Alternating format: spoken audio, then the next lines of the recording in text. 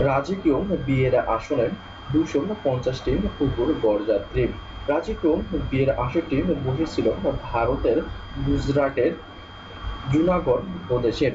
জাঁকজমকের আর কিছুই বাকি নেই, মূল্যবান অলঙ্কারে সজ্জিত কোণে গলায় ঝুলছে কয়েক লাখ টাকার মুক্তোর কণ্ঠহার। তার নাম রোশনারা।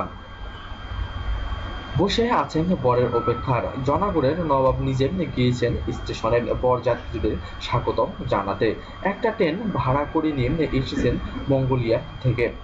প্রায় 250 জন বরযাত্রী নামলো কামরা থেকে।